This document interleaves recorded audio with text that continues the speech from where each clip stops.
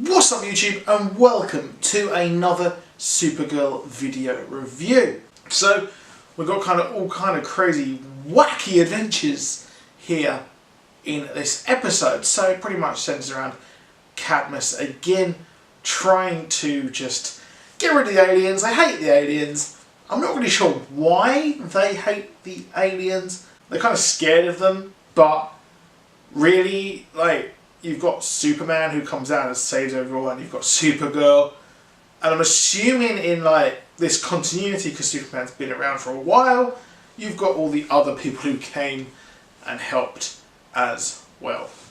Who knows?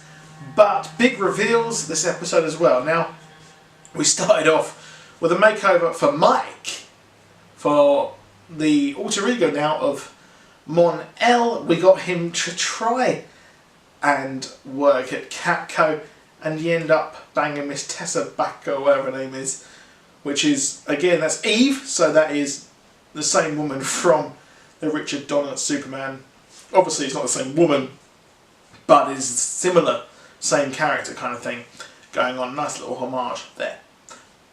So we have got Mike trying to fit in here. We've got Kara doing her best and not realising that he might want to do his own thing, but it does kind of make sense that she keeps him close so he can learn about Earth culture and fit in properly. But he seems to be fitting in just fine, being a very typical douchebag male, which is a bit of a letdown, but you know, it kind of fits in with his whole ethos, the whole Daxamite thing, apparently, that they are all frat boy douchebags who chug a lug.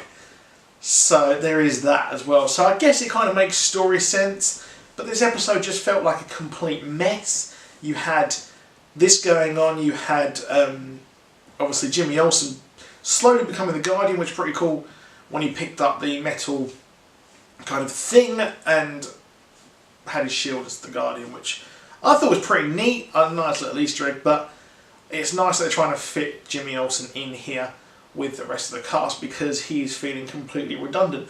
Not sure how he is going to manage being the editor-in-chief for the magazine and also somehow fit in with his superhero things as well.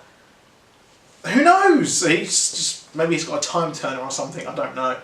But if Kara can't do it, then how the hell is the editor going to do it? So Mike's going to have to find his own job. Mike, Mon-El, whatever. He's going to have to find a new job. Maybe he could be I don't know, a party rep somewhere. They're just slowly ruining this character, I think, to be honest. It's not funny, it's not cool. I just think it's a bit crap and a bit crass and on the nose. But whatever. Now we've got Project Cadmus employing people who turn out to be just crap. They want money, etc. They're not really interested in stopping aliens, they just want to make money. Which, I guess you can't really hurt them for it, but it looks like Cadmus is working in the shadows. They're kind of like a satellite thing where they're employing different people to do the dirty work. They're just a kind of organisation and they kind of experiment on people. And that's it, and they get other people to do their bidding and give them the technology. So we got a shout out to two things here. We got the guns, which were technology, which were things, a huge shout out to a very obscure reference in the comics. We had a reference to Andran technology, which is a very, like I said, obscure reference to a Strange Adventures comic. And we also had as well Pytharian technology, which is a reference to Starfire, who is a pretty neat character in the DC Comics universe, and could be a hint that we could be getting her in there, but we know that the Arrowverse people like to tease us with lots of different little hints, so I don't think that's going to happen.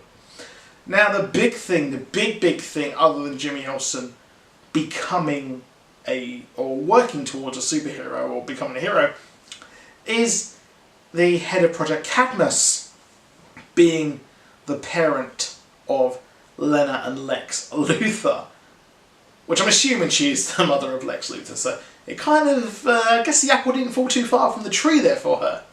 or him, or her, whatever. But we got to see her. Now, we don't know if Lena knows about Project Cadmus. She seems to be kind of the opposite of her brother, so I don't think that she probably knows. I think that'll be a big reveal later on in the season. I think that'll come to a head and then we'll find out.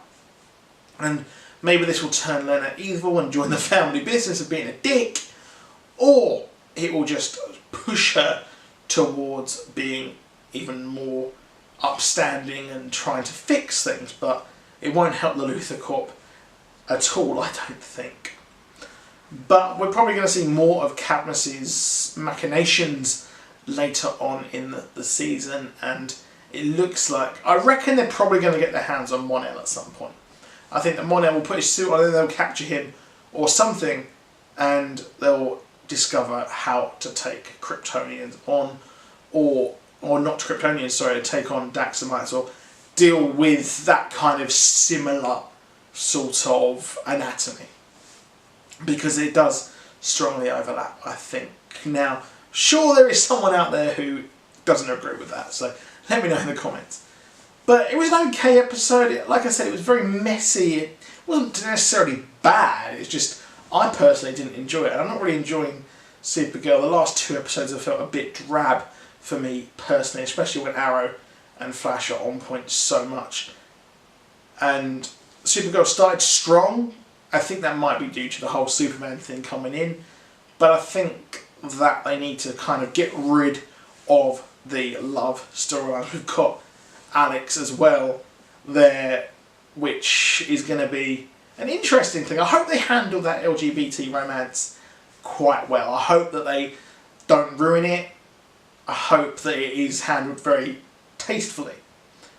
So there could be a very good storyline moving forward. But I'm glad they got rid of the Kara thing and maybe toned down the frat boyness of Mon-El. But that's it. This is it for this video. Please drop a like. Please do subscribe. I'll see you soon. Goodbye.